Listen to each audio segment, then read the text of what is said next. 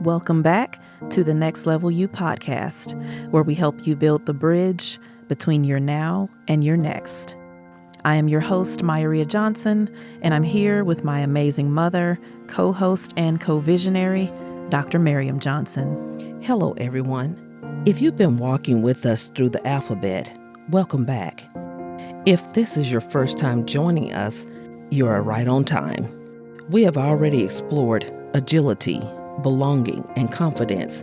Today, we are continuing a topic that is the glue behind all of that: discipline. Last time, we talked about how to build daily habits that stick, not with willpower or guilt, but with consistency, identity, and the power of the next check-in. But today, we're going deeper. This is another side of discipline that often does not receive enough attention, the kind that does not show up in your calendar or in your planner. The kind that's tested in heated conversations, disappointments, moments of silence, or a single sentence that stings. Today's episode in discipline is how to stay grounded when emotions run high. Let's just name it. It's easy to be disciplined when you're calm, clear, and in control. But what about when you're frustrated?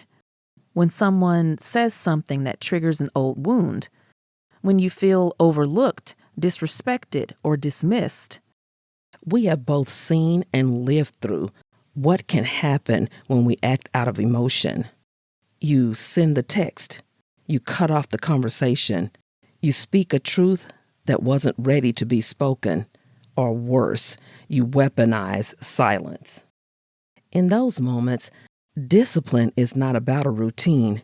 It's about restraint. It's about holding your tongue when you want to lash out. It's about taking a breath instead of taking it personally. It's about choosing not to burn a bridge you may need tomorrow. This kind of discipline is not about suppressing your emotions. It's about creating space between impulse and action. It's about self-regulatory ability. What is self-regulatory ability? There are 4 dimensions of it: chaos, stability, flexibility, and mastery, as noted by Psychology Today. Self-regulatory ability is your capacity to manage thoughts, emotions, and behaviors in ways that align with long-term goals rather than short-term impulses. It's not about rigid control. It's about adaptive control, adjusting your responses depending on the situation. Here's how self-regulatory ability connects to each of the 4 dimensions. Number 1, chaos. When self-regulation is weak, chaos dominates. You feel pulled in every direction by distractions, stressors, and emotions. Strong self-regulation helps you create order within chaos by noticing triggers, pausing, and choosing aligned actions instead of reacting impulsively. Number 2, stability. Self-regulation provides grounding and consistency. It's what allows you to build habits, routines, and disciplines that anchor you even when external circumstances shift. Too much stability without self-regulatory growth, though, can become rigid, leading to stagnation. Number 3, flexibility. True self-regulation is not about controlling everything. It's about bending without breaking. Flexibility means adapting your strategies when conditions change, like recalculating your route when life throws a detour. This aligns with what we covered in A is for agility. SMART goals may give direction, but self-regulation and agility give you the ability to adjust without losing focus. Number 4, mastery. Mastery comes when you can integrate stability and flexibility in balance. With strong self-regulatory ability, you know when to stay disciplined and when to pivot. And that's the mark of mastery. It's the ability to consistently align your actions with your values and long-term vision, no matter the season or circumstance. In summary, chaos is the absence of self-regulation. Stability is the foundation on which self-regulation is built. Flexibility is the adaptive side of self-regulation. Mastery is the integration of stability and flexibility over time. Let me be honest. Discipline has been hardest for me when a friendship goes through a rough patch, whether it's a disagreement, a misunderstanding, or a miscommunication. When I'm hurt, my instinct is to take control by pulling away. For me, that has often looked like not responding to text messages or even unfollowing the person on social media. And I'll be real, sometimes that quick action feels good in the moment. It gives me a sense of control, like I'm protecting myself. But later, regret sets in, because those are quick, undisciplined fixes. They don't get to the root of why I'm upset, and they often create more distance instead of healing.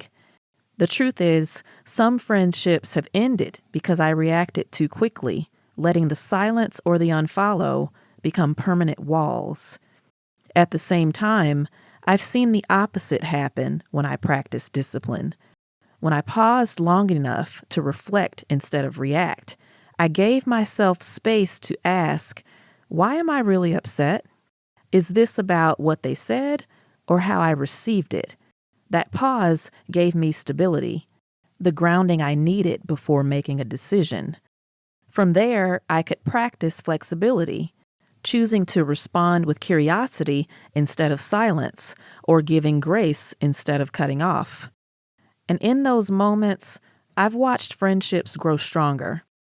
The rough patch didn't end the relationship, it actually deepened it, because discipline opened the door for honest conversations, forgiveness, and growth. And ultimately, those experiences taught me that discipline isn't about denying how I feel. It's about aligning my response with who I want to be. It's about protecting relationships that matter and making choices I won't regret later. That's the power of discipline. It doesn't just protect your friendships, it protects you. Because disagreements, misunderstandings, and miscommunications will always happen. But discipline helps you move from chaos to stability, from stability to flexibility, and ultimately towards mastery. It's what allows some relationships to survive the storm and even come out stronger. One of the most liberating lessons I have learned is this: your feelings are real, but they are not always right. They are messengers, but they are not always truth tellers. Discipline is what allows you to feel without fusing, to observe your emotions without lashing out at someone. And this is where emotional intelligence comes in. Popularized by psychologist and New York Times bestselling author Daniel Goleman, emotional intelligence is the ability to recognize, understand, and manage your emotions, and also to recognize and respond wisely to the feelings of others. It does not dismiss feelings, but it prevents feelings from becoming the driver of every decision. Exactly. Emotional intelligence is what lets you say, I'm angry, and I'm still going to listen. I feel disrespected, and I'm still going to seek clarity. I want to ghost them on social media and block them out of my phone, but I'll write a message I won't regret later. Because in those moments, discipline and emotional intelligence are working together. One helps you notice the emotion, the other enables you to navigate it. So let's be clear. Discipline is not denial. It's discernment. This is where the next check-in becomes your emotional first aid kit. Let's walk through how it helps in real time. Notice, what are you feeling? Where is it showing up in your body? Is it frustration, fear, embarrassment, or sadness disguised as anger? Evaluate. How do you usually react in situations like this? What's your pattern? Withdrawal, explosion, avoidance? Experiment. Try not responding right away. Take a walk. Record a voice note to yourself. Journal instead of texting. And track. Choose a new response that reflects your values, not just your emotions. Ask yourself, what would the future version of me be proud I chose? This is how we shift from reaction mode to response mode. Because in the end, your discipline is not just about you. It protects the relationships and environments you care about. Let's talk about professional spaces for a minute. Have you ever gotten an email that had you ready to hit reply all with an emotionally charged response? Yes, but sometimes the most powerful move is to create a draft. Save it, sit with it, reread it with a clear head. Half of the time you will edit it. The other half you will not send it. That's restorative discipline in action. It's not just about self-control, it's about repair. In professional settings, restorative discipline might look like taking accountability when it's easier to shift blame, because trust is built on ownership. Responding with facts instead of defensiveness, because clarity restores respect. Listening in meetings even when you feel dismissed, because every voice deserves space. Choosing silence to de-escalate, not to avoid, but to keep relationships intact. And at home, restorative discipline might look like saying, I need a moment, instead of yelling, because cooling off prevents harm. Choosing to speak when you are ready to resolve, not just react, because resolution restores connection.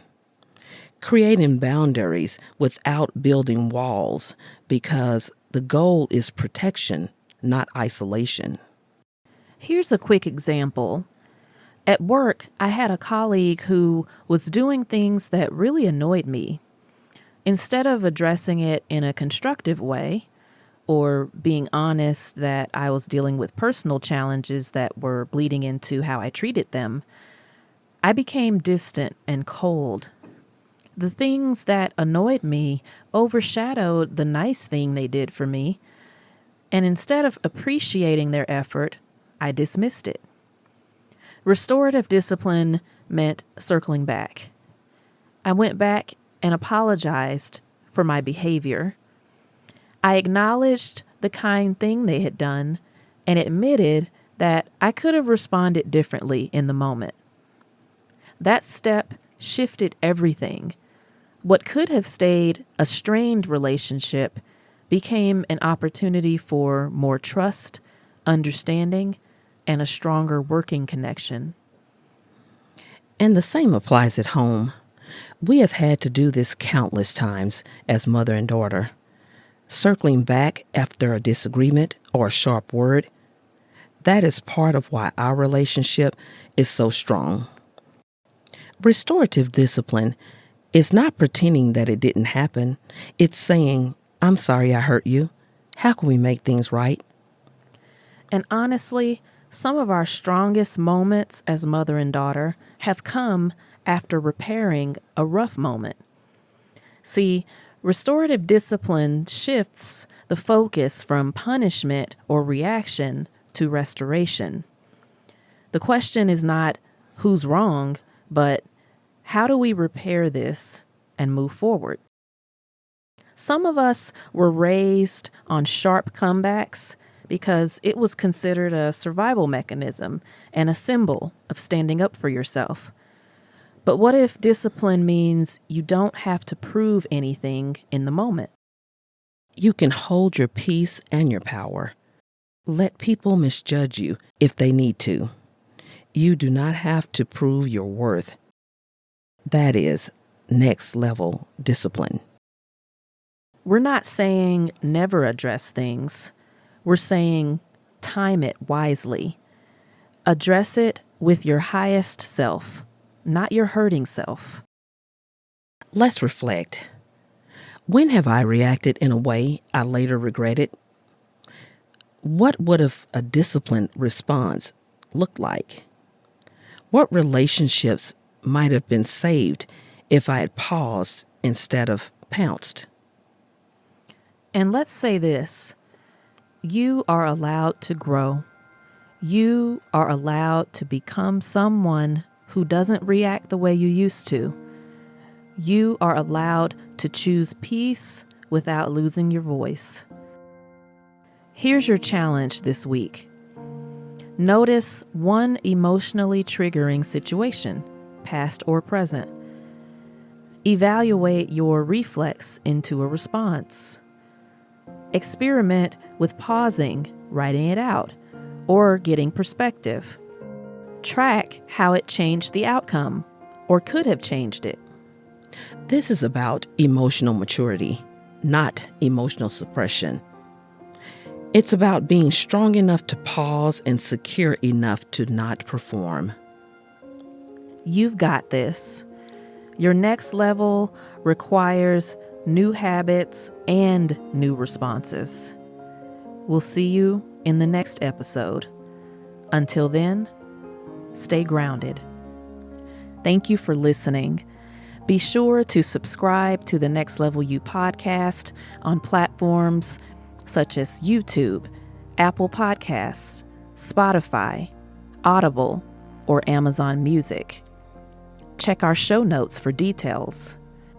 And if you want to dive deeper into the concepts we covered in this episode, follow us on Instagram, Facebook, and LinkedIn by searching Next Level You. That's NEXTLEVEL and the letter U. Look for our bridge logo, and we'll see you soon.